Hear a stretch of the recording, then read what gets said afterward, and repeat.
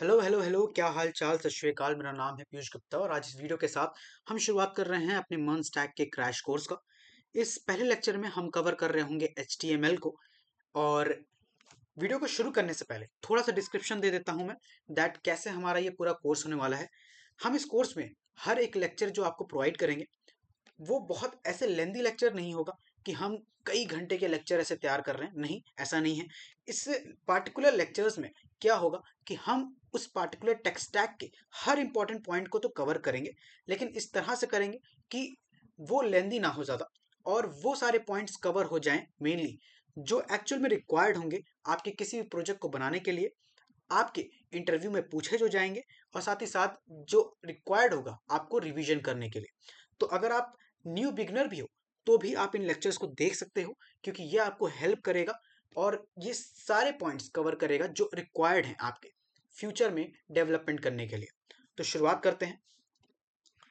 तो हर एक लेक्चर के साथ मैं आपको नोट्स प्रोवाइड कर रहा हूँ कुछ इस तरीके से, ऐसे नोट्स, राइट।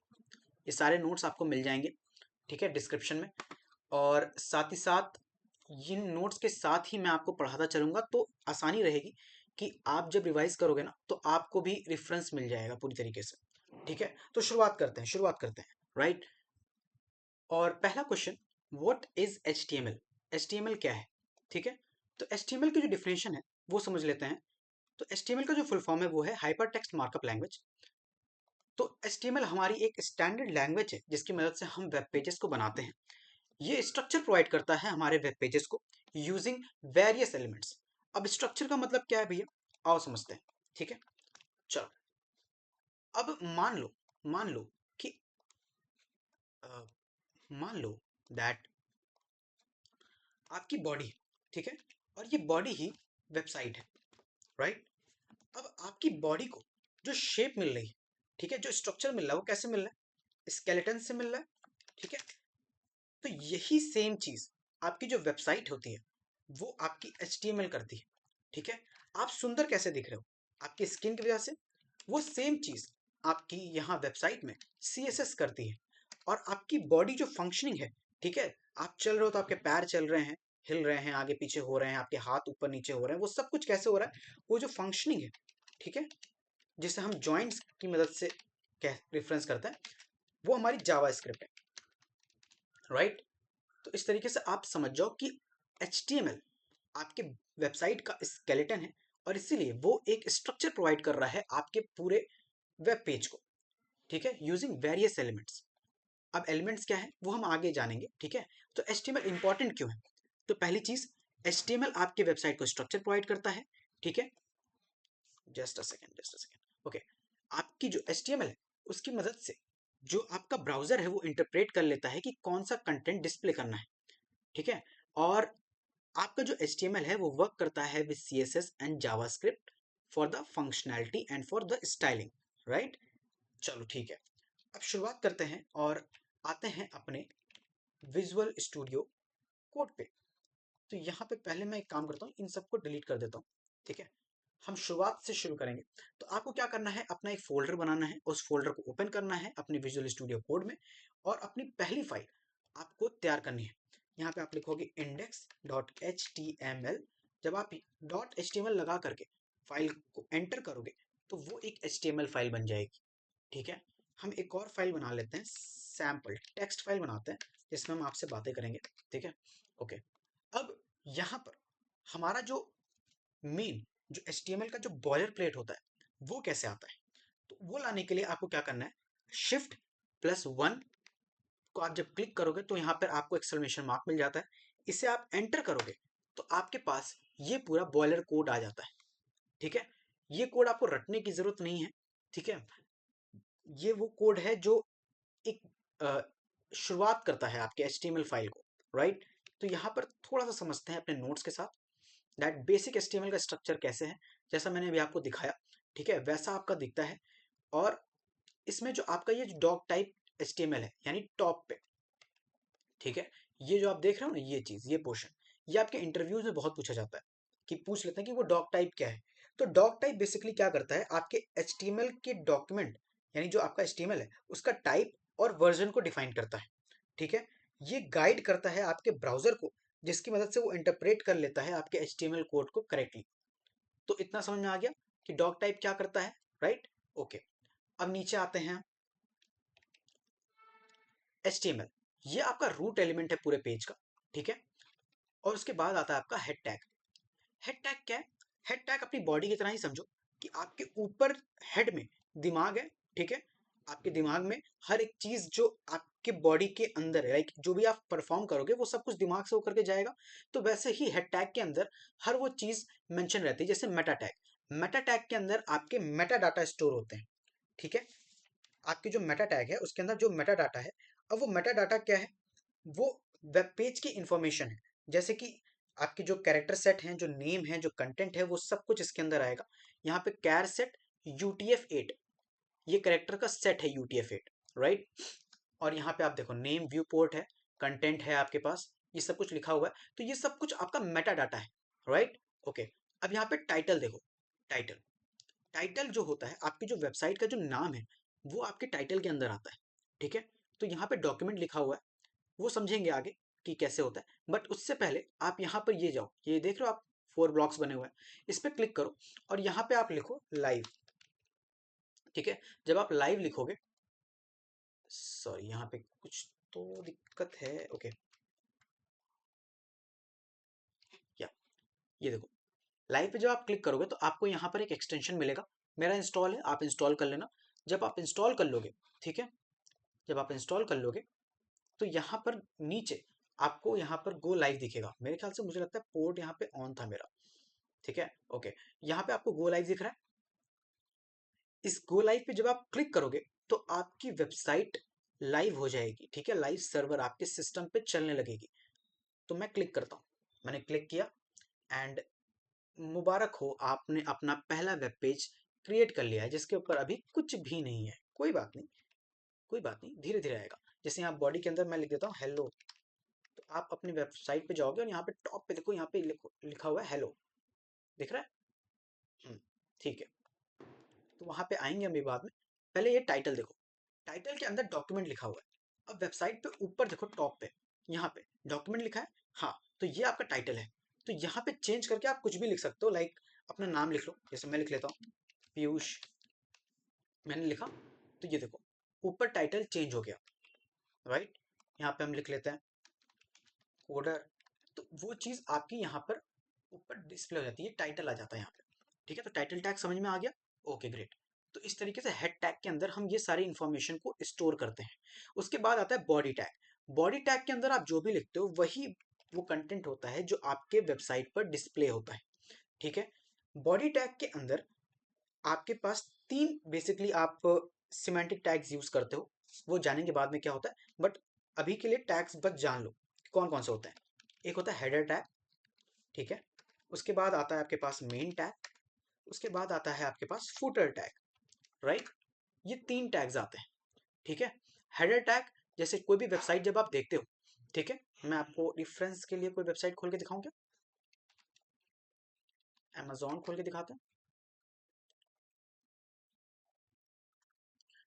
अब अमेजोन में आप जो ये ऊपर देख रहे हो, ये पूरा, इसे हम हेडर टैग के अंदर लिखते हैं। और ये जो आपके पास नीचे है इसे हम मेन टैग के अंदर लिखते हैं, ठीक है। ओके, और फुटर टैग जो नीचे वाला पोर्शन हो जाता है, इसमें है कि नहीं है? नीचे होगा एकदम, ये पोर्शन देख रहे हो आप, ये लास्ट का, ये फुटर है, ठीक है। तो इसे हम फुटर टैग के अंदर इसका कोड लिखते हैं, ठीक है। ओके, ठीक है, समझ गए। अब आगे बढ़ते हैं, नोट्स के साथ आगे बढ़ेंगे। Basic HTML elements, heading, heading tags का यूज करते हैं हम डिफाइन करने के लिए हेडिंग्स को, राइट। ये 6 होते हैं, H1 से लेकर के H6 तक, ठीक है। तो देख लेते हैं कैसे, क्या भला क्या है ये। तो H1 क्लिक किया हमने एंड अंदर लिख दिया हमने, कुछ भी लिख दो आप, नाम लिख दो अपना, मैं लिख देता हूँ अपना, ये रहा, ठीक है। अपनी वेबसाइट पे जाएंगे एंड ये देखो नाम आ गया मेरा। अगर मैं ये चीज ना लिखता, H1 में ना लिखता मैं, ठीक है, H1 में ना लिखता मैं, तो क्या होता? मैं लिखता खाली बस यहीं पे मैं लिख देता हूँ, तो आप देखो कितना छोटा सा लिख करके आ रहा है, ठीक है। ये डिफॉल्ट फॉन्ट साइज है इसका, ठीक है। लेकिन अगर वही चीज मैं यहाँ पे ना करके मैं इसे H1 टैग के अंदर कर रहा हूँ, तो आप देखो साइज में डिफरेंस देखो, तो ये हेडिंग बनाने के काम आता है। हेडिंग जो होती है बड़ी बड़ी होती है, राइट। ओके, अब इसी के साथ और सारी भी होती हैं, जैसे कि H2 होती है, H3 होती है, H4 होती है, H5 होती है एंड H6 होती है। बस 6 ही होती हैं। मैं आपके अंदर इसके अंदर डाल के दिखाता हूँ, ठीक है। मैं सेम चीज यहाँ पे लिख देता हूँ।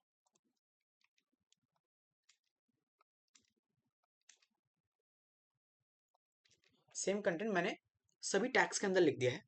अब सभी हेडिंग टैग के अंदर डिफरेंस देखो, ये देखो साइज घटता जा रहा है, ठीक है। तो ये अंतर होता है कि जैसे जैसे आप हेडिंग टैग के साथ जो नंबर है उसको बढ़ाते जाते हो, साइज घटती जाती है। तो ये चीज समझ में आ गई। अब कोई आपसे पूछ ले कि यार H6 हो गया, H7 में तो और कम हो जाएगी, लेकिन भाई साहब H7 नाम का कोई टैग नहीं होता, ठीक है। तो अगर आपसे इंटरव्यूअर कभी पूछता है कि H6 और H7 में किसकी साइज ज्यादा होगी, तो आपका सीधा सीधा जवाब होना चाहिए कि H7 नाम का कोई टैग ही नहीं होता, तो सिर्फ H6 के अंदर ही हमारी हेडिंग आएगी, H7 में एग्जिस्ट ही नहीं करेगी, ठीक है। अब अगर आप जबरदस्ती चाहो कि नहीं H7 तो मैं बनाऊंगा ही बनाऊंगा, तो बना सकते हो, कोई बात नहीं। अब H7 के अंदर मैं अगर लिखता हूँ तो मुझे क्या दिखेगा, कुछ नहीं, वैसा ही दिखेगा जैसा पहले था। ये देखो जो पुरानी साइज थी, जो हमारी जो डिफॉल्ट साइज थी, वैसी ही आ रही है यहाँ पे भी, H7 के अंदर भी, ठीक है। तो ये चीज क्लियर हो गई दैट हेडिंग जो होती है वो सिर्फ 6 तक होती है, H1 से लेके H6 तक। और जैसे जैसे हम नीचे नंबर्स को बढ़ाते जाते हैं, हमारा जो साइज है हेडिंग का वो घटता जाता है, ठीक है। यहां तक समझ में आ गया, ग्रेट। आगे बढ़ते हैं विद द नोट्स, राइट। तो मैंने यहाँ पे आपको एग्जांपल भी दे दिया, H1 H2 H3। From my experience of creating large number of projects, मुझे कभी भी H3 से ज़्यादा की ज़रूरत कभी नहीं पड़ी, तो आई होप कि शायद आपको भी नहीं पड़ेगी। बट रेफरेंस के लिए मैंने सब बता दिया कि H1 से लेकर के H6 तक होता है, नॉर्मल जब आप काम करते हो तो H3 तक में हो जाता है, ठीक है। ओके, पैराग्राफ पे आते हैं। पैराग्राफ क्या होता है, पैराग्राफ टैग को, लाइक जब हमें पैराग्राफ लिखना हो तो हम पी टैग का यूज करते हैं, ठीक है। अब पैराग्राफ जैसा नाम से आ रहा है कि बहुत बड़ा सा एक सेंटेंस होगा, ठीक है, उसे हम पैराग्राफ कहते हैं। तो वो चीज हम पी टैग के अंदर लिखते हैं जब हमें बहुत सारा कंटेंट लिखना होता है, ठीक है। तो अब यहाँ पर एक लॉरेम 30, जब आप लॉरेम लिखते हो ना, लॉरेम और उसके आगे जो भी आप नंबर लिख देते हो, ठीक है, ये चीज याद कर लो। तो उसके बाद जब आप एंटर करते हो तो उतने नंबर जो नंबर लिखा उतने नंबर ऑफ आपको वर्ड्स यहाँ पे मिल जाते हैं, ठीक है। जब मैंने एंटर मारी, देखो रैंडम कुछ वर्ड आ गया, इसका कोई मतलब मीनिंग नहीं है, लॉरेम इप्सम डॉलर सेट पता नहीं क्या है, इसका कोई मीनिंग नहीं है। बट ये 30 वर्ड्स हैं यहाँ पर, आप काउंट कर लेना, ठीक है। तो ये 30 वर्ड्स आपको मिल जाते हैं जिसकी मदद से हम बस बना लेते हैं यार, काम आ जाता है ये रेफरेंस देने के लिए, ठीक है। तो ये देखो 30 वर्ड्स आपको मिल गए और इस तरीके से आपका जो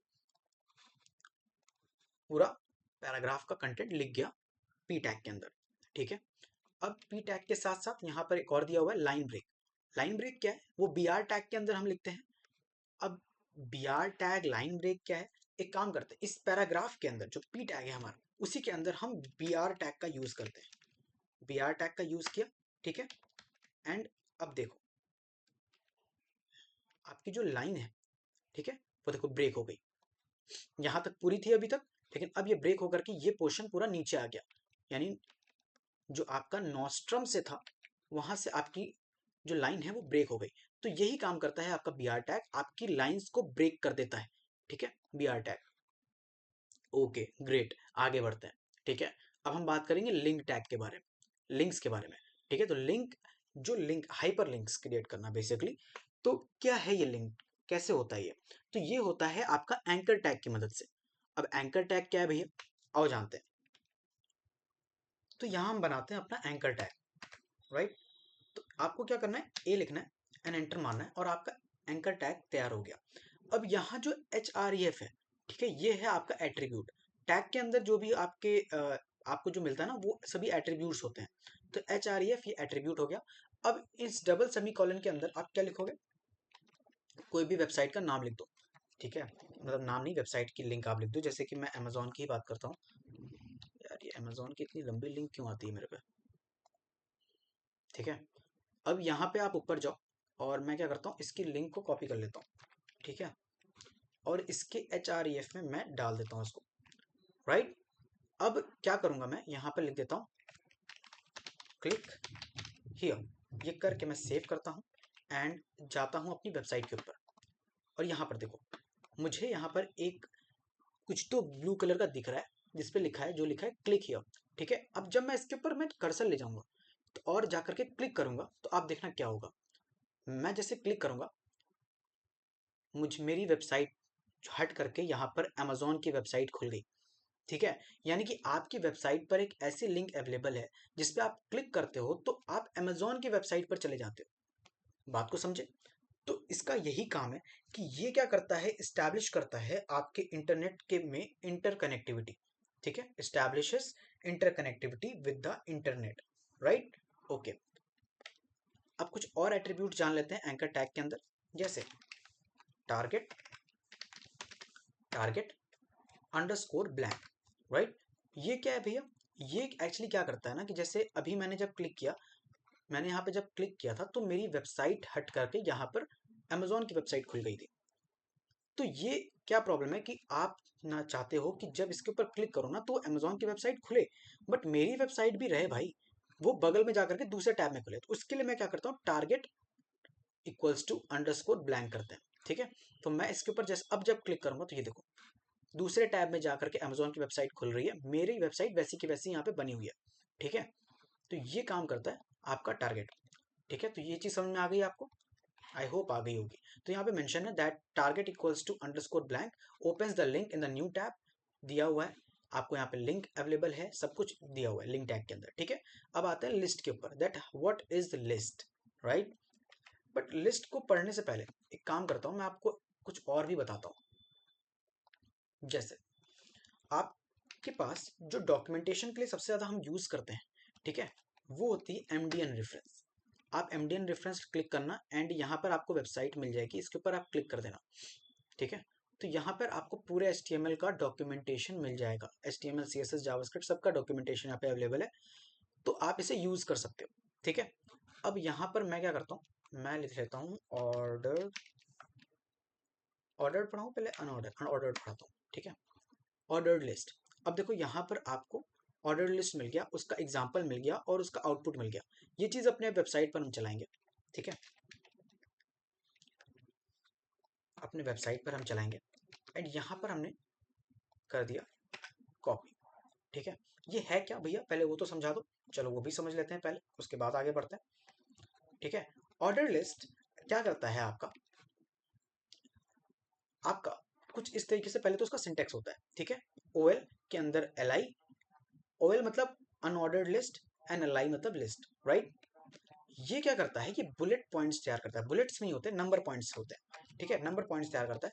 आपने OL लिखकर एंटर मारा, आपने LI लिखा उसके अंदर, और LI के अंदर आप जितने भी जो भी लिखना चाहते हो, जितने भी आपके पॉइंट्स होंगे। ठीक है, जैसे कि मान लो मैं लिख देता हूँ कि USA, एक दूसरी LI इंडिया, एंड एक और LI दैट इज रशिया। ठीक है, ये चीज़ें मैंने लिख दी। अब मैं अपनी वेबसाइट पे जाऊंगा और यहाँ पर देखो, ऑटोमेटिक मेरे USA, इंडिया और रशिया के आगे मुझे 1 2 3 लिखता हुआ मिल जा रहा है। कैसे लिख रहा है ये भैया?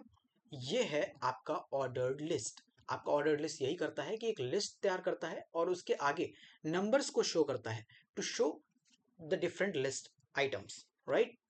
और यही इसी का अपोजिट क्या करता है आपका अनऑर्डर्ड लिस्ट। अब अनऑर्डर्ड लिस्ट में क्या होता है, अनऑर्डर्ड लिस्ट में भी आप देखो यहाँ पर कुछ नहीं होता, बस जो आपका यहाँ पे OL था ना ऑर्डर लिस्ट में, वो हट करके UL हो जाता है। और उससे क्या अंतर आता है, आओ देखते हैं। उससे अंतर आता है आपका, यहाँ पे हमने क्या कर लिया, UL कर लिया। ठीक है, UL। अब आप यहाँ पे जाओ और ये देखो, जो 1 2 3 4 आ रहा था ना, वो हट करके यहाँ पे सिर्फ डॉट्स आ गए। तो इसे ये होता है अनऑर्डर्ड लिस्ट। जब अनऑर्डर्ड लिस्ट का यूज करते हैं तो जो लिस्ट होते हैं वो डॉट यानी बुलेट पॉइंट्स के थ्रू हमें दिखते हैं, और जब हम ऑर्डर लिस्ट में जाते हैं तो वो हमें नंबर पॉइंट्स के थ्रू दिखते हैं। ठीक है, ओके ग्रेट, आई गेस समझ में आ गया होगा आपका।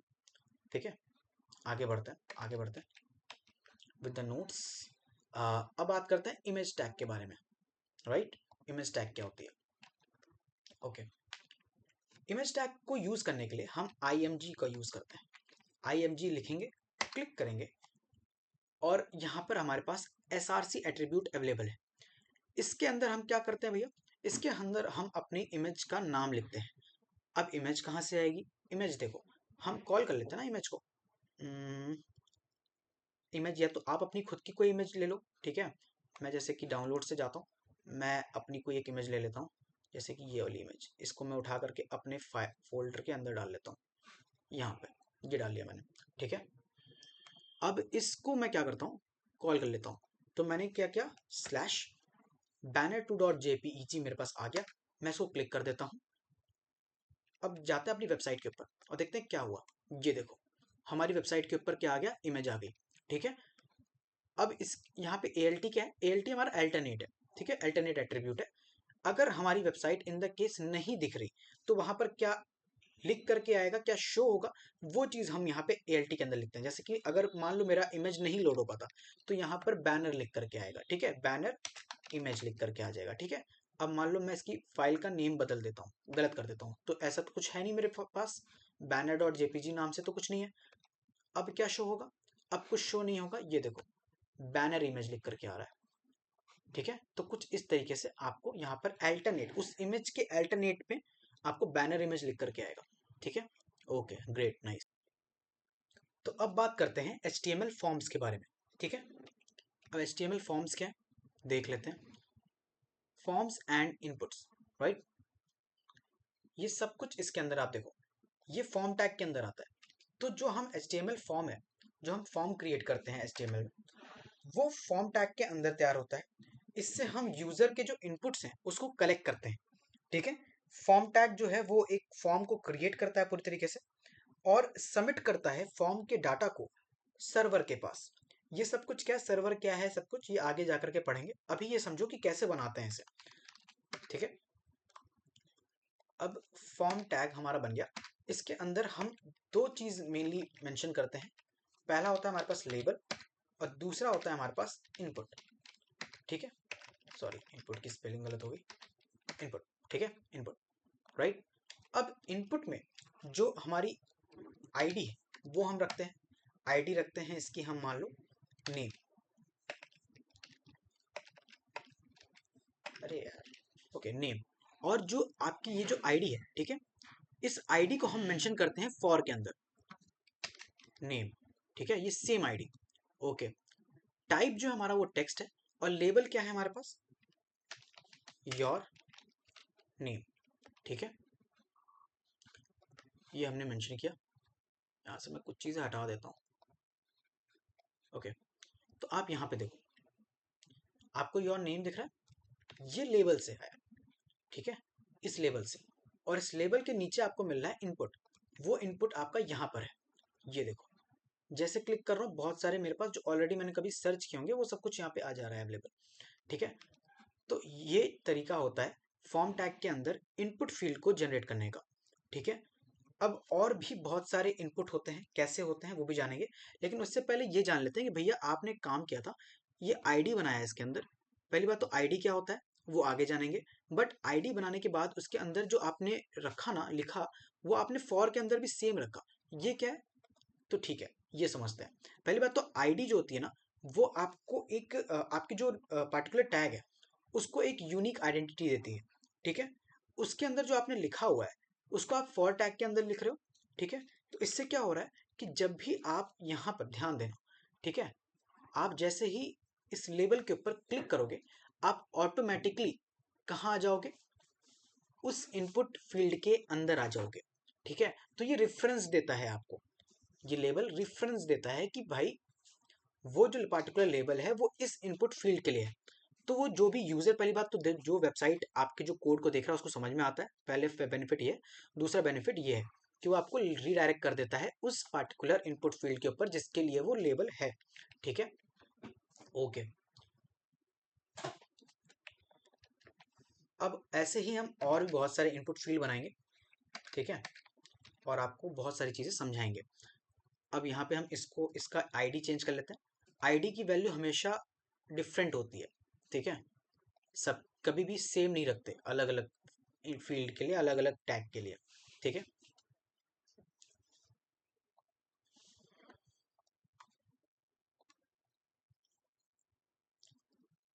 तो यहाँ पर अब हम पहला क्या करेंगे, हम एक काम करते हैं, यहाँ पर एक हम बनाते हैं योर ईमेल नाम से, बट उससे पहले यहाँ पर एक br टैग यूज करेंगे ताकि हमारी लाइन जो है वो ब्रेक होती जाए, ठीक है। Email, right. एंड यहाँ पर जो टाइप है, इसका जो टाइप है उसे चेंज करेंगे, उसे हम लिख देते हैं ईमेल, ठीक है। वैसे ही यहाँ पर हम एक और लाइन ब्रेक रखेंगे, br टैग, एंड यहाँ पर हम लिख देंगे योर पासवर्ड,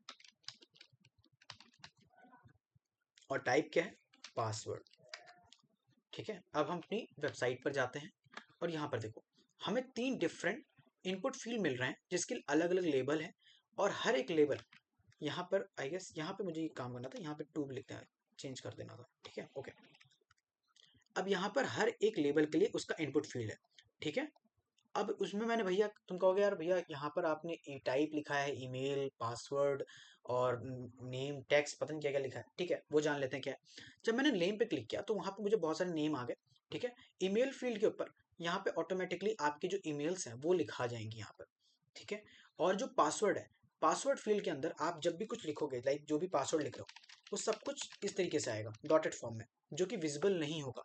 तो ये जो पार्टिकुलर इनपुट फील्ड है जिसके अंदर आपने टाइप टेक्स्ट लिखा है या टाइप ईमेल लिखा है या टाइप पासवर्ड लिखा है, वो इस चीज को आइडेंटिफाई करता है कि अंदर कौन से टाइप का इनपुट यूजर की तरफ से आने वाला है। समझ गए आप? ठीक है, नोट्स के साथ चलते हैं। नोट्स के साथ यहाँ पर देखो, ये तो मैंने आपको बता दिया फॉर्म टैग कैसे है, ठीक है। अभी और भी कुछ चीजें हैं जो आगे जानेंगे, बट उससे पहले जो फील्ड के बारे में बात कर रहे हैं, टाइप्स के बारे में बात कर रहे हैं, वो जान लेते हैं। तो पहले यहाँ पे टाइप टेक्स्ट देखा, टाइप पासवर्ड देखा, टाइप ईमेल देखा, और भी बहुत सारे टाइप हैं जो हम आगे देखेंगे। पर कुछ चीजें, एक एट्रीब्यूट और मुझे आपको बतानी है, जैसे कि यहाँ पर आप देखो प्लेस होल्डर, ठीक है, प्लेस होल्डर, क्या आ रहा है ये, सॉरी मैंने लेबल में लिख दिया। आपकी जो इनपुट है, ठीक है, इनपुट फील्ड, उसमें आप लिखोगे प्लेस होल्डर। अब प्लेस होल्डर पे जब आप कुछ भी लिखोगे, लाइक @एग्जाम्पल लिख देता हूँ मैं, एग्जाम्पल, ठीक है, @एग्जाम्पल लिख दिया मैंने। तो अब ये देखो ऑटोमेटिकली जो आपकी जो फील्ड थी, ठीक है, उसके अंदर @एग्जाम्पल लिख करके आ रहा है। ये आपने नॉर्मली जो वेबसाइट, बहुत सारी वेबसाइट देखी होगी जिसके अंदर आप जब लॉग इन करते हो, ठीक है, तो वहां पर जब ऐसे फील्ड दी रहती है तो उसके अंदर, लाइक जैसे आपका नेम उसने मांगा है तो अंदर लिखा हुआ है जॉन ब्रायो या कुछ भी लिखा हुआ है नॉर्मली, तो वो एक एग्जाम्पल के फॉर्म में वहां पे लिखा रहता है वो, ताकि आदमी को समझ में आए कि हाँ यार एक्चुअल में यहाँ पे नाम लिखना है, ठीक है। अब अंदर जैसे ही आप कुछ लिखोगे ना तो वो पार्टिकुलर जो पीछे आपको एग्जाम्पल दिख रहा था वो हट जाएगा, ठीक है। तो इसे हम कहते हैं प्लेस होल्डर, ठीक है, प्लेस होल्डर। तो प्लेस होल्डर एट्रीब्यूट इंपॉर्टेंट है, इसे आप देख लेना, ठीक है। इसी के साथ और भी 2-3 चीजें हैं जो हमें जाननी है, हम वो भी समझेंगे, कुछ नहीं छोड़ेंगे हम, ठीक है। और देख लेते हैं, और भी डाल लेते हैं। आपके इनपुट टाइप और कौन कौन से, एक नंबर इनपुट टाइप है और टेलीफोन, ठीक है, नंबर एंड टेलीफोन। तो डाल देते हैं यहाँ पे, पहले तो हम इसको चेंज करते हैं, आईडी चेंज करो दोनों जगह से, नंबर लिखो, योर नंबर, एंड टाइप क्या है, नंबर, ठीक है। आपने ये कर दिया, ओके। अब देखो यहाँ पे जो नंबर वाला है, ठीक है, उसमें आपको दिख रहा है ये। अब नंबर के अंदर आप अगर कुछ करेक्टर लिखने की कोशिश करोगे तो वो टाइप नहीं होगा। जैसे मैं यहाँ पे बहुत सारा टाइप कोशिश कर रहा हूँ कि मैं अल्फ़ाबेट्स लिख दूँ, बट वो नहीं होंगे, ठीक है। नंबर्स के अंदर सिर्फ नंबर ही लिखा आएगा। तो जब आप टाइप नंबर करते हो ना तो ऑटोमेटिकली सिर्फ नंबर ही उसके अंदर आएगा, ये चीज़ आइडेंटिफाई हो जाती है, ठीक है। और ये ऑटोमेटिकली इनपुट फील्ड वैसे ही इनपुट्स लेता है, ठीक है। अब जो यहाँ पे पासवर्ड, ओके, हम अगला जो देख रहे हैं वो टेलीफोन है, ठीक है। तो इसका जो टाइप होता है वो TEL होता है। तो हम क्या करते हैं, यहाँ पे लिख लेते हैं, पहले तो इसको हटाओ, इसको सेट करो, दोनों को अलग करो। अच्छा 4 हम कर चुके हैं, ठीक है, 5 करो, 5 करो, एंड इसको हम करेंगे टेल, एंड देखो आप, ठीक है। यहाँ पे भी आप अपने टेलीफोन नंबर लिख सकते हो, ठीक है, टेलीफोन नंबर, पासवर्ड नहीं होगा, टेलीफोन होगा, टेलीफोन, ठीक है, ओके ग्रेट। वैसे यहाँ पे और भी होता है, डेट इनपुट होता है, ठीक है, आपके पास फाइल अपलोड होता है, ये दोनों इंपॉर्टेंट है तो हम ये भी जानेंगे। तो हम काम करते हैं सिर्फ इनपुट का ही यूज करते हैं।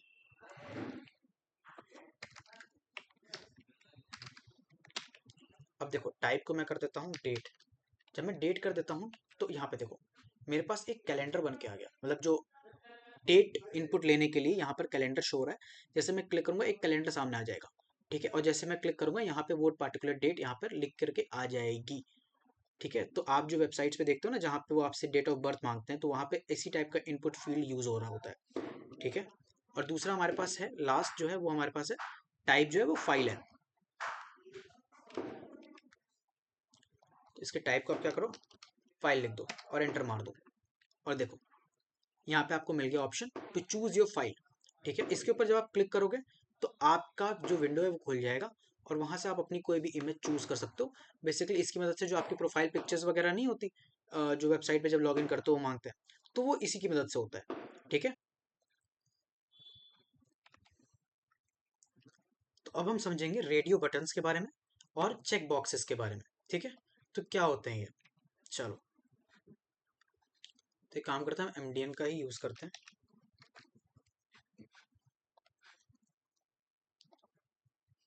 यहाँ पे हम लिखेंगे रेडियो, ओके, रेडियो। अब यहाँ से हम ये पूरा कोड कॉपी कर लेते हैं एंड अपने कोड पर ले जा करके इसे पेस्ट करते हैं। अब समझते हैं कि क्या लिखा हुआ है यहाँ पे, ठीक है, ओके। अब ये फील्ड सेट के अंदर है। फील्ड सेट भी एक तरह का आपका टैग है जिसमें basically large set of input fields या डाटा को हम स्टोर करते हैं फील्ड के अंदर, ठीक है। लेजेंड, लेजेंड जो आपका टॉप पे है, ठीक है, वो आएगा। जैसे कि आपके जो वेबसाइट आप जब देखोगे, ये देखो यार ना, ये है आपका लेजेंड, राइट। एंड यहाँ पर आपको दिख रहा है एक डिव बना रखी है। डिव क्या होता है बाद में जानेंगे, ठीक है। आप ये देखो इनपुट फील्ड है आपका, इनपुट फील्ड, ठीक है। इनपुट फील्ड के अंदर जो टाइप है वो रेडियो है एंड उसका जो लेबल है उसमें हमने हुए लिख दिया है, डीवी लिख दिया है, लुई लिख दिया है, ठीक है। अब यहाँ पर जो आपको दिख रहा है ना, यहाँ देखो ध्यान से, ये आगे आपको जो ये दिख रहा है बटन, ये है आपका रेडियो, रेडियो इनपुट फील्ड। यानी जिस भी बटन के ऊपर आप क्लिक करोगे, ठीक है, वो पार्टिकुलर नाम आपका सेलेक्ट हो जाएगा, ठीक है। नेम, ड्रोन, वैल्यू आपकी जो है वो हुई है। तो जो वैल्यू होती है ना, यही वो वैल्यू होती है, जब आप इसके ऊपर क्लिक करोगे ना तो क्या जाएगा आपके सर्वर के पास, क्या जाएगा, वो ये वैल्यू जाएगी, ठीक है। ये तो बस दिखने के लिए एक लेबल है आपका, ठीक है, लेकिन जो वैल्यू जाती है सर्वर के पास वो यहाँ से जाती है, ठीक है। आई गेस समझ में आ गया होगा यहाँ तक, ओके। ठीक ऐसे ही आपका चेक बॉक्स भी है, चेक बॉक्स, ठीक है, ठीक ऐसे ही है। ये देखो इसका कोड हम लेते हैं,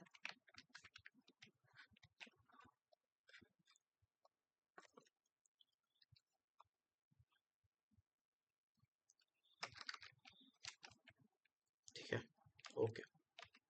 चेक बॉक्स हमने बना दिया। अब जरा सा देखते हैं इसको, ये देखो चेक बॉक्स में कुछ नहीं हो रहा, वही चीज है, बट यहाँ पे इस तरह से आ जा रहा है, टिक आ जा रहा है, ठीक है। आप क्लिक कर रहे हो, यहाँ पे सिर्फ एक बार में एक ही हो रहा था, ठीक है, यहाँ पर दोनों हो सकते हैं, समझ में आया।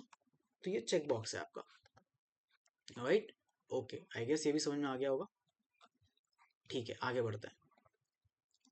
तो अब हम जानते हैं ड्रॉप डाउन के बारे में, ठीक है। तो नोट्स देख लेते हैं एक बार। ड्रॉप डाउन, तो इसे लिखने के लिए क्या करते हैं, पहले सेलेक्ट टैग का यूज करते हैं और उसके अंदर ऑप्शंस रखते हैं, ठीक है।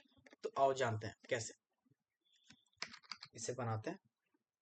मुझे लगता है इतना ज़्यादा वेबसाइट के ऊपर भरना सही नहीं है, मिटा देते हैं कुछ चीज़ें, ठीक है, ओके। अब हम क्या करने वाले हैं, ड्रॉप डाउन आने वाले हैं। तो उसके लिए हम क्या करेंगे, सेलेक्ट टैग यूज़ करेंगे। नेम आप रख दो, सेलेक्ट ही रख देते हैं, ठीक है। आईडी रख दो आप कुछ भी, नेम 6 रख दो, ठीक है। अब इसके अंदर हम क्या करेंगे, ऑप्शंस रखेंगे बहुत सारे, ऑप्शन, ऑप्शन टैग के अंदर जो वैल्यू है, ठीक है, जो भी वैल्यू बेसिकली जो चीज़ आप यहाँ लिखते हो ना, वही नॉर्मली हम अंदर भी लिखते हैं। जैसे कि यहाँ पे मान लो कि हम लिख रहे हैं इंडिया, इंडिया, तो हम अंदर भी मेंशन करते हैं इंडिया, ठीक है, मैं अंदर स्मॉल में मेंशन कर रहा हूँ बस यूं ही, ऐसा कोई रूल नहीं है, राइट। अब ऐसे बहुत सारे ऑप्शन हम बना लेते हैं। इसे बना लेते हैं हम यूएसए, इसे बना लेते हैं हम रशिया, अंदर हम वैल्यू को चेंज कर देते हैं यूएसए एंड यहाँ पे हम कर देते हैं रशिया, ठीक है। Okay great. अब जरा अपनी फील्ड पे जाओ, यहाँ पे देख रहे हो, यहाँ पे ड्रॉप डाउन आपको मिल रहा है जिसपे डिफॉल्ट वैल्यू आपकी पहली जो ऑप्शन रहता है ना वो आपका डिफॉल्ट रहता है, ठीक है, वो डिफॉल्ट रहता है पहला वाला इंडिया आपका, ठीक है, इंडिया आपका डिफॉल्ट है। अब यहाँ पे जब आप क्लिक करोगे तो आपको बाकी ऑप्शन मिल रहे हैं यूएसए एंड रशिया के भी। जैसे आप यूएसए पे क्लिक करोगे देखो यूएसए आ गया, रशिया पे क्लिक करोगे देखो रशिया आ गया, इंडिया पे इंडिया आ गया, ठीक है। तो इस तरीके से आप वैल्यूज को सेलेक्ट करते हो, इस तरह से आप इनपुट लेते हो, ठीक है, by giving options, that's a drop down, ठीक है। आई गेस समझ में आ गया होगा। वैसे ही आप आपका टेक्स्ट एरिया है, ठीक है, टेक्स्ट एरिया जान लेते हैं क्या है। ओके सो नीचे आता है टेक्स्ट एरिया, ठीक है। अब टेक्स्ट एरिया में आपके पास कौन कौन सी चीज आती है, नेम आता है, रो आता है, कॉलम्स आते हैं, प्लेस होल्डर आता है, ठीक है। तो टेक्स्ट एरिया के लिए हमें क्या करना है, हमें लिखना है टेक्स्ट एरिया, ठीक है, एंड इसको बंद कर देना है, ठीक है। यहाँ पर हमें लिखना है रो, यहाँ हमें लिखना है कॉलम, ठीक है, रो लिखना था, रोज, ठीक है। अब रोज आप मेंशन कर दो कि कितना आपको लाइक कितनी लेंथ चाहिए, आप हाइट समझ सकते हो रो को, तो मैं 20 कर देता हूँ एंड कॉलम को मैं क्या कर देता हूँ 30, ठीक है जी। ओके अब यहाँ पर जाओ अपनी वेबसाइट के ऊपर, यहाँ पर देखो आपको मिल गया, आपको यहाँ पर क्या मिल गया, टेक्स्ट एरिया। इस टेक्स्ट एरिया के अंदर आप बहुत सारा अपना टेक्स्ट लिख सकते हो, तो ये आपको ओपन स्पेस दे रहा है पूरी तरीके से, आप अपना टेक्स्ट लिख लो, ठीक है, आपने लिख लिया, तो ये सब कुछ इसके अंदर आ गया, ठीक है। तो टेक्स्ट एरिया क्या करता है, आपको जो आपका जो इनपुट है, ठीक है, लार्ज इनपुट उसको स्टोर करता है एंड फिर वो भेजने के काम आता है आपके सर्वर के पास। टेक्स्ट एरिया का ये रोल होता है, ठीक है, आगे बढ़ता है। अब आते हैं टेबल्स के ऊपर, टेबल में बात करते हैं, व्हाट इज टेबल। तो टेबल में देखो बहुत ध्यान से, हमारे पास कोड में क्या है, एक आपके पास टेबल टैग है, टेबल टैग के अंदर आपके पास रोज है, टी आर, ठीक है, ये तीन तरह के बने हुए हैं, T are and T R. उसके अंदर मेरे पास टी एच है एंड टी डी है, ठीक है, table data, and T H मतलब टेबल हेडिंग, ठीक है। ओके समझते हैं, इसको करके देखते हैं। टेबल टेबल टैग के अंदर हमारे पास पहले क्या आ रहा था, टी आर आ रहा था, ठीक है, तो टी आर आ रहा है, तो हम ऐसे क्या करते हैं, पहले तीन टी आर बना लेते हैं, T R tag and then T R tag and then T R tag. पहले टी आर, टी आर मतलब टेबल रो होता है, ठीक है। पहले टी आर के अंदर हम क्या करेंगे, टी एच लिखेंगे, टी एच मतलब टेबल हेडिंग, ठीक है, टी एच। तो अब हमें तीन हेडिंग ले लेते हैं, ठीक है, तीन हेडिंग ले लेते हैं। पहला लिख लेते हैं नेम, क्लास एंड मार्क्स। क्या कर रहा हूँ मैं, ओके ठीक है, ये चीज समझ में आ गई। तो पहले हमने क्या करा, पहला जो हमारा रो है उसमें हमने हेडिंग्स लिखी हैं, ठीक है। अब जो दूसरे रो हैं, ठीक है, दूसरे जो रो होंगे उसमें हम क्या करेंगे, उसमें हम टेबल का डाटा लिखेंगे। तो टेबल डाटा मेंशन करने के लिए हम टीडी टैग का यूज करते हैं, तो टीडी करके एंटर करो एंड यहाँ पर आपको क्या करना है, ऐसे ही तीन आपको बना लेना है, ठीक है, और इसी ऑर्डर में लिखना है, इसी ऑर्डर में लिखना है, ठीक है। तो यहाँ पे नेम क्या है, मान लो पीयूष नाम है, इसकी जो क्लास है वो क्या है, वो 12th क्लास में है, और इसके जो मार्क्स है वो 100 है, ठीक है, 100 है, ओके ओके। अब ऐसे ही एक और मान लो, एक और हमें बनाना है, सेम चीज हम कॉपी कर लेंगे टेबल डाटा को, यहाँ पे पेस्ट कर दो। टेबल डाटा में हम यहाँ पे अब चेंज कर देते हैं, इसको कर देते हैं पार्थ। पार्थ किस में है, पार्थ है 10th क्लास में। पार्थ के कितने मार्क्स आए हुए हैं, पार्थ के मार्क्स आए 80, ठीक है। अब ये चीज हमारा टेबल तैयार हो गई। अब जरा सा देखते हैं कि टेबल हमारी दिख कैसे रही है। ये देखो टेबल तैयार हो गई, यहाँ पे दिख रहा है आपको, ये हेडिंग्स आ गई, ठीक है, उसके अंदर आपके डाटा आ गए, ये डाटा सब दिख रहा है आपको clearly, okay. So this is something called table, ठीक है, okay great. I guess table भी समझ में आ गया आपको। अब आगे बढ़ते हैं। सो TH for the table headings and TD for the table data, ठीक है, यहाँ पे मेंशन है नोट्स में। अब मीडिया एलिमेंट्स के बारे में बात करेंगे। मीडिया एलिमेंट्स कौन कौन सी होती हैं? एक ऑडियो फाइल के लिए होती है, एक वीडियो के लिए होती है, ठीक है। ओके, चलो भाई वो भी समझ लेते हैं क्या होता है। अब आपका जो ऑडियो है, ठीक है, ऑडियो, यहाँ पे सोर्स दिया हुआ है, एक एट्रीब्यूट और ऐड करना है आपको, कंट्रोल्स। कंट्रोल्स ऐड कर लेना ताकि जो कम ज़्यादा करना या वॉल्यूम ज़्यादा कम करना, ये सब चीज़ें आपकी कंट्रोल में यानी वहाँ पे वेबसाइट पे आ जाए, ठीक है। सोर्स में आपको उसका लोकेशन लिखना है, उसकी सोर्स लिखनी है, ठीक है। बट हमारे पास तो अभी है ही नहीं ऑडियो फाइल, तो एक काम करते हैं ना, ले आते हैं ना ऑडियो फाइल, ठीक है। ऑडियो फाइल ले आते हैं। ऑडियो कौन सी लूँ? ये ले लेता हूँ, ठीक है, ये ले लेते हैं एंड इसको बुला लिया अपने। अब इसे कॉल कर लेते हैं। कॉल करने के लिए क्या करेंगे, एक स्लैश लगाएंगे एंड यहाँ पर आपको नीचे मिल जा रहा है, आप क्लिक कर दो उसके ऊपर, ठीक है, आ गया। अपनी वेबसाइट, ये देखो आपको मिल गई आपकी ऑडियो फाइल। अब इस पर जब आप क्लिक करोगे तो वो गाना, ठीक है, समझ गए? Okay great. अब ऐसे ही आपका वीडियो भी है, ठीक है, वीडियो टैग भी है आपका ऐसे ही। वीडियो टैग के लिए भी अपनी एक फाइल ले आते हैं यहाँ पे, ठीक है।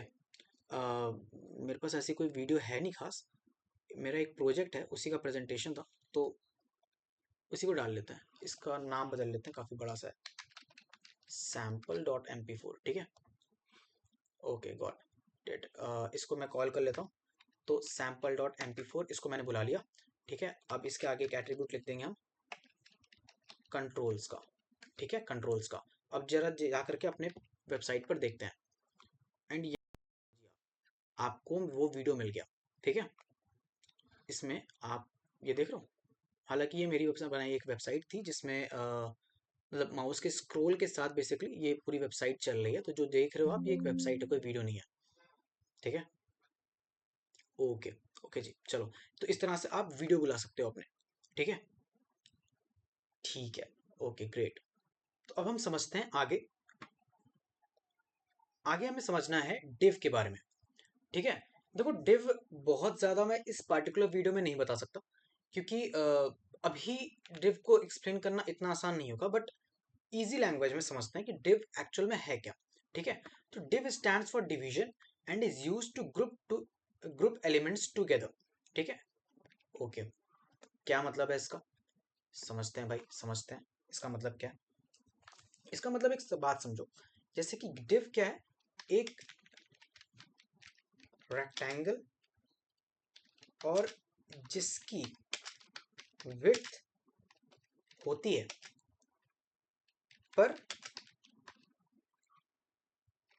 हाइट नहीं होती, ठीक है।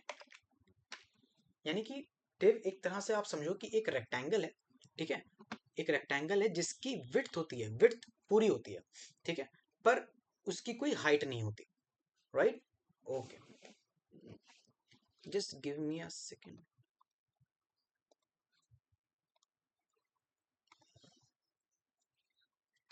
और एक बात समझो, और क्या है, डिव की जो हाइट होती है, ठीक है, डिव की HIGHT हाइट अपने चिल्ड्रेन की हाइट के बराबर होती है, ठीक है। तो बहुत ज़्यादा नहीं, आप कुछ इस तरीके से समझो कि मान लो जो ये वेबसाइट है, ठीक है, आप आपकी जो एक डिव है, एक छोटी सी जो डिव है, वो कुछ नहीं है, वो एक ऐसे सिंपल सी एक, आप समझ लो ऐसे एक, जिसकी कोई हाइट नहीं है, बस पूरी विड्थ है। उस डिव के अंदर अगर मैं ये 3 हेडिंग रखता हूँ, H1 H2 एंड H3, जब मैंने ये 3 चिल्ड्रन उस डिव के अंदर डाले, तो इनकी जो हाइट है, ये जो पूरी इनकी हाइट है, ये उस डिव की हाइट हो जाएगी, ठीक है। बाकी विड्थ उसकी पूरी रहेगी, बट हाइट उसकी ये हो जाएगी, समझ में आया? तो ये बस इतना ही अभी डिव के लिए आप समझोगे तो ज़्यादा बेटर है। जब हम CSS करेंगे ना, तो और थोड़ा डिटेल में जानेंगे इसके बारे में। ये ब्लॉक लेवल एलिमेंट होता है, ठीक है, और it takes up the full width of its container, ठीक है। मतलब पूरी विड्थ लेता है ये। Okay, the div groups the heading and paragraph together making it easier to style। आपके पास यहाँ पर मैंने लिख कर दिखा दिया div टैग के अंदर आप अब इनके जो ये h2 और ये p है ये इनके चिल्ड्रन है, ठीक है, चिल्ड्रन एलिमेंट्स हैं। ओके, ये इनकी जो हाइट होगी वही div की हाइट होगी। बाद में आप div की हाइट भी डिफाइन कर सकते हो जब आप css लगाते हो, बट नॉर्मली मैं बता रहा हूँ डिफॉल्ट क्या होता है। डिफॉल्ट कोई विड्थ नहीं होती, डिफॉल्ट पूरी विड्थ होती है, बट डिफॉल्ट कोई हाइट नहीं होती, ठीक है। ओके ग्रेट, आगे बढ़ते हैं। अब बात है कि आईडी क्या होती है, व्हाट इज आईडी। देखो, आईडी जो होती है वो यूनिकली आइडेंटिफाई करती है किसी भी HTML एलिमेंट को, ठीक है। आईडी हमेशा यूनिक होती है। हर एक div के एलिमेंट को आप एक आईडी देते हो, ठीक है। वो आईडी क्या होती है, उस आईडी के अंदर जो वैल्यू लिखी है, जैसे हेडर लिखा हुआ है, ठीक है, तो ये हमेशा यूनिक होगा। आप किसी और div के अंदर या और किसी टैग के अंदर आप आईडी के अंदर ये नहीं लिख सकते, अलाउ नहीं है ये, ठीक है। ऐसा नहीं है कि आप मतलब लिख दोगे तो कुछ काम नहीं करेगा, काम वो तब भी करेगा। लेकिन भाई साहब बात समझो, ठीक है, जैसे दाल चावल खा रहे हो, दाल चावल आप अपनी टेबल पे बैठ के खाओगे या दाल चावल अपनी बाथरूम पे बैठ के खाओगे, खाओगे आप दोनों ही जगह, ठीक है। लेकिन एक तरीका होता है, ठीक है, तो वो तरीका है जिसे फॉलो करना होता है, और उसी के लिए आईडी हमेशा आप यूनिक रखते हो। और एक पार्टिकुलर डिव या एक पार्टिकुलर एलिमेंट के लिए एक ही तरह की आईडी होती है, ठीक है, एक ही आईडी होती है, ठीक है। नहीं कि अगर आप ये वाले डिव के अंदर कर रहे हो, अब दूसरा कोई डिव बनाओगे तो उसके अंदर ये नहीं लिख सकते आप, हेडर नहीं लिख सकते आईडी के अंदर, हेडर 1 हेडर 2 कुछ भी लिखो, बट हेडर नहीं लिख सकते आप, ठीक है। और जब आप CSS करते हो तो आप हैश का यूज करते हो इस आईडी को कॉल करने के लिए। तो क्या होता है कि इस हैश हेडर जो अंदर ये जो लिखा है ना हेडर, इसको जब आप कॉल करते हो तो इससे क्या होता है, इसको मालूम चल जाता है, जब इसके अंदर जो भी CSS प्रॉपर्टी लिखोगे इससे मालूम चल जाएगा कि मुझे इस वाले के ऊपर लगाना है। क्यों? क्योंकि मैंने बता रखा है कि भाई ये जो हेडर है ना वो इस पार्टिकुलर डिव के लिए है, ठीक है। ये चीज समझ में आई। अगला जो CSS वाला लेक्चर होगा उसमें बहुत अच्छे समझ आ जाएगा, एकदम क्रिस्टल क्लियर हो जाएगा, ठीक है। वैसे ही क्लास होती है। अब जैसे मैंने बताया ना कि यहाँ पे एकदम यूनिक होता है, एक के ऊपर एक ही रख सकते हो, ठीक इसका अपोजिट जो क्लास होता है, ठीक है, जो क्लास होता है वो कई सारे डिव पे आप सेम क्लास रख सकते हो। यानी कि आप ये देखो यहाँ पर, यहाँ ये वाला जो मेरा डिव है, डिव है, डिव है, तीनों की जो क्लास है वो बॉक्स बॉक्स बॉक्स है।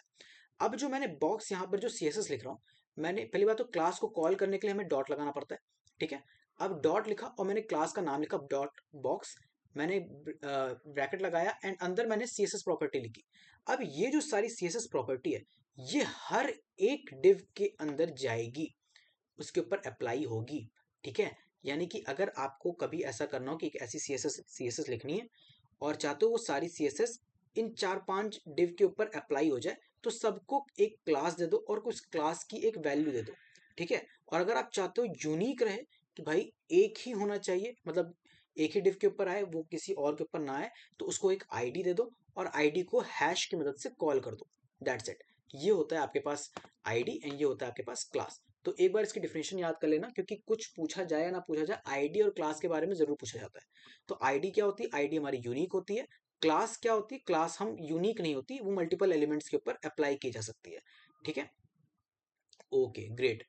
अब सिमेंटिक टैग्स क्या होते हैं। देखो सिमेंटिक टैग्स बेसिकली क्या होता है ना कि ये आपका जो HTML है, ठीक है, उसमें एक मीनिंग और स्ट्रक्चर प्रोवाइड करता है वेबसाइट को, ठीक है। तो आपका जो कोड है उससे एक स्ट्रक्चर प्रोवाइड कर रहा है, एक मीनिंग प्रोवाइड करता है। जैसे यहाँ पे डिफिनेशन भी हम पढ़ लेते हैं। Semantic tag means using HTML tag that clearly describe their meaning. These tag help improve readability, SEO and accessibility, ठीक है। तो रीडेबिलिटी यानी कि कोड को समझने में मदद करता है, ठीक है, और आपकी वेबसाइट की ऑप्टिमाइजेशन को अच्छा करता है, ठीक है। अब यहाँ पर देखना हेडर टैग, देखो हेडर टैग मैंने बताया था स्टार्टिंग में भी आपको, तो ये represent the top section of the web page. जो वेबसाइट मैंने बताई थी ना अमेजोन की, जो ऊपर हम पोर्शन देख रहे थे उस वेबसाइट का, वो हेडर क्या हेडर हो गया, ठीक है। तो ये तरीका होता है, आप नहीं भी हेडर लिखोगे यहाँ पे डिव लिख दोगे तो भी वो सेम काम करेगा। बट मैंने बताया ना कि रीडेबिलिटी को इम्प्रूव करने के लिए कोई दूसरा आकर के आपका कोड देख रहा है तो वो कैसे समझेगा, वो हेडर की मदद से ही समझेगा कि हाँ यार वो पूरा पार्ट ऑफ कोड जो हेडर के अंदर लिखा है वो ऊपर वाले पोर्शन के लिए, जो वेबसाइट का ऊपर वाला पोर्शन में दिख रहा है उसका सारा कोड इसी के अंदर लिखा होगा, तो समझ में आ जाता है, ठीक है। वैसे ही नैव भी होता है। नेविगेशन लिंक, मेन जो आपका नेविगेशन होता है वो वेबसाइट का, उसको इस नैव के अंदर लिखा जाता है। सेक्शन होता है, सेक्शन टैग होता है आपके पास जो ग्रुप करता है रिलेटेड कंटेंट को टुगेदर, ठीक है, ये हो गया। ठीक है, वैसे ही आर्टिकल होता है, represent independent content like blog post and articles. तो यहाँ पे भी आपके आर्टिकल टैग भी वैसे ही होता है कि ये भी ग्रुप करता है बहुत सारे कंटेंट को, ठीक है, अपने अंदर। फुटर टैग जो होता है, फुटर टैग एंड में यूज करते हैं हम, ठीक है, फुटर टैग एंड में यूज करते हैं बॉडी के बाद, ठीक है, जो लास्ट में पोर्शन दिखता है ना वेबसाइट के, मैंने दिखाया भी था आपको, मैंने दिखाया था, क्या दिखाया था आपको, अमेजोन की वेबसाइट दिखाई थी, आई गेस इसके पास भी होना ही चाहिए, बट बहुत नीचे जाना पड़ेगा, हम अमेजोन ही चेक कर लेते हैं।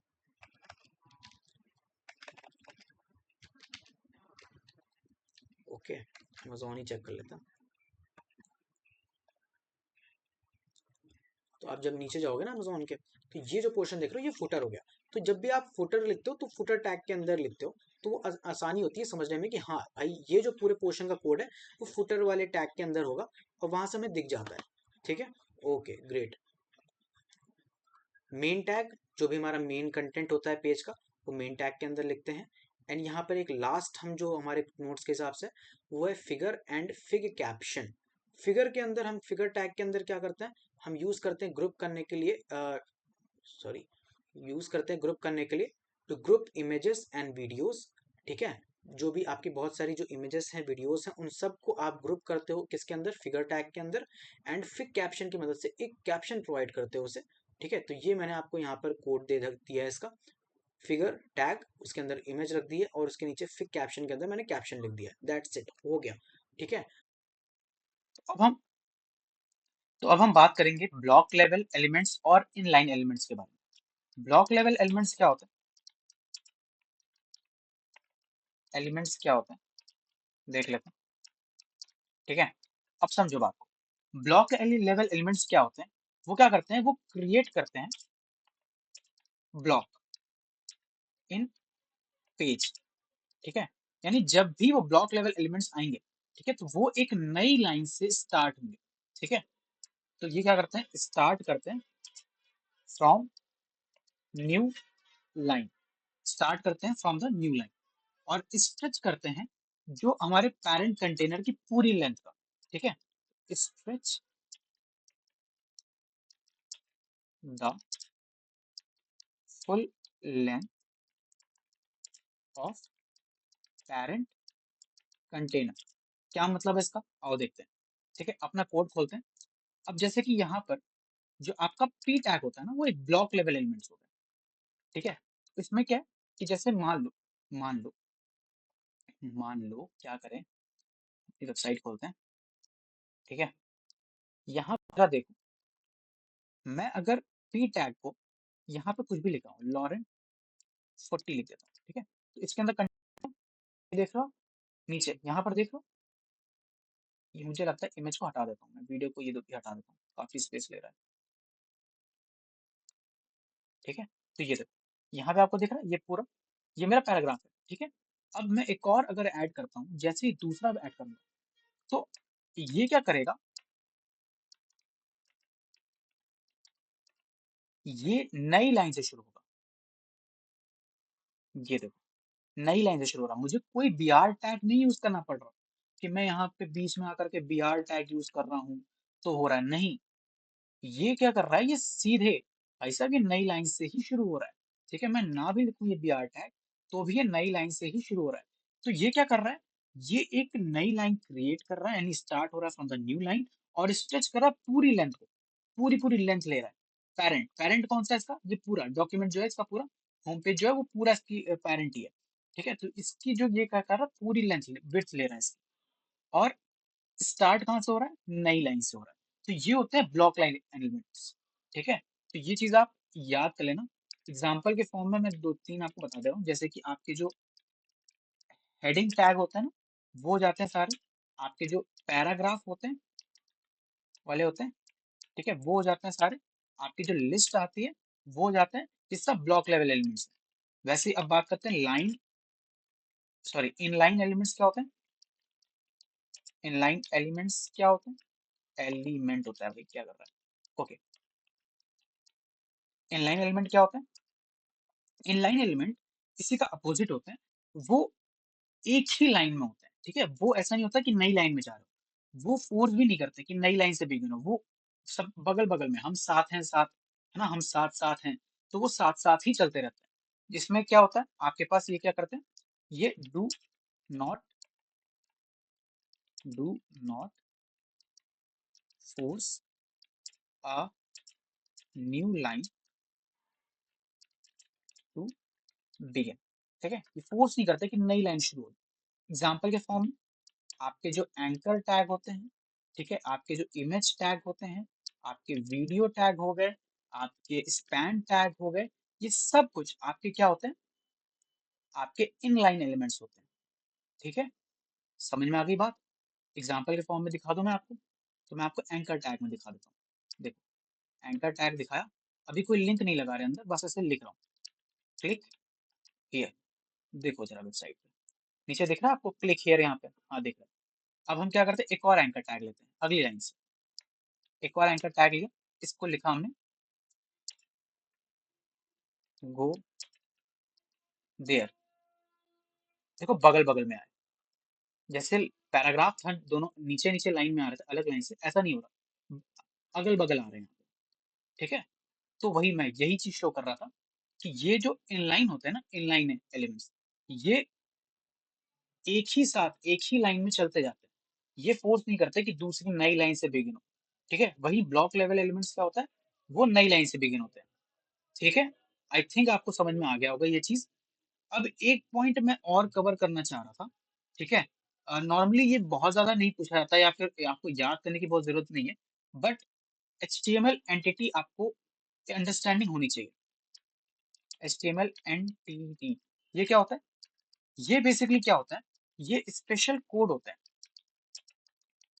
For special characters, for special characters, ठीक है?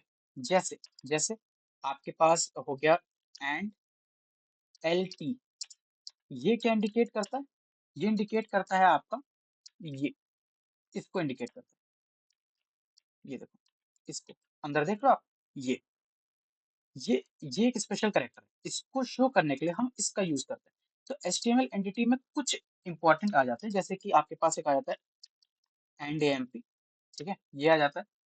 तो ये आपके जो, ये क्या शो करता है, ये आपका एंड शो करता है, ठीक है? तो हम जरा सा देख लेते हैं कि कौन कौन से आते हैं इसमें, HTML एंटिटी, ठीक है, ये देखो। तो यहाँ पे जरा आप थोड़ा सा नीचे जाओगे तो ये देखो सारे आपके जो स्पेशल कैरेक्टर्स हैं ना, उनके लिए नाम दिए हुए हैं, ठीक है? ये अब करके दिखाऊं मैं आपको, एक करके दिखाता हूँ, ठीक है? एक करके दिखाता हूँ। यहाँ पर हम क्या करते हैं, हम थोड़ा सा एक पैराग्राफ के ऊपर ही जाते हैं, ठीक है? H1 टैग लेते हैं और यहाँ पर हम क्या करते हैं, एंड LT, ये हमने लिखा, ठीक है? अब जरा सा इसको जा करके अपनी वेबसाइट पर देखते हैं, एंड ये देखो, देख रहा है आपको, ऑटोमेटिक यहाँ पे वो स्पेशल कैरेक्टर आ गया। तो HTML एंटिटी क्या होती है, स्पेशल कोड होता है फॉर द स्पेशल कैरेक्टर, ठीक है? तो इसका ये एसेंशियल होता है फॉर रेंडरिंग स्पेशल कैरेक्टर्स, ठीक है? आई गेस कि आपको समझ में आ गया होगा कि ये क्या है और कैसे काम करता है, ठीक है? Okay great. तो ये जो मैंने आपको प्रोवाइड किया ना, जितना कुछ मैंने ये पढ़ाया आज आपको, यही सब कुछ है जो नॉर्मली सभी इंटरव्यूज में पूछा जाता है। ठीक है, बहुत सारे इंटरव्यूज देखे मैंने, बहुत सारे यूट्यूब पे भी मैंने देखे, हर जगह जो पूछा जा रहा है वो यही पूछा जा रहा है। ठीक है, इसके बाहर का कुछ नहीं है, और अगर है भी तो बहुत कम ही है। मतलब 80-90% सब कुछ यही आप मैंने आपको कवर करा ही दिया। तो इसी के साथ हमारा HTML का पोर्शन आज खत्म होता है। हमने HTML का जितना इंपॉर्टेंट टॉपिक्स थे, जितने इंपॉर्टेंट टैग्स थे, जितना इंपॉर्टेंट कुछ पढ़ने को था, सब कुछ बता दिया है। ठीक है, नोट्स आपको डिस्क्रिप्शन में मिल जाएंगे। आपको क्या करना है, बस जो जो पढ़ाया है मेरे साथ देखते हुए खुद भी उसको करके देखो। ठीक है, अगर पहली बार कर रहे हो, रिवाइज कर रहे हो, वेरी ग्रेट। ठीक है, नोट्स पे जा करके दोबारा से आप पूरा नोट्स को पढ़ लेना, आपको सब कुछ याद हो जाएगा ना, आप प्रिपेयर हो जाओगे for your interview and for creating your projects. ठीक है, दैट्स गुड। तो मिलते हैं ऐसे नए वीडियो के साथ, अगले वीडियो में हम CSS के बारे में पढ़ेंगे। Till then, take care and don't forget to like and subscribe this video. Good bye.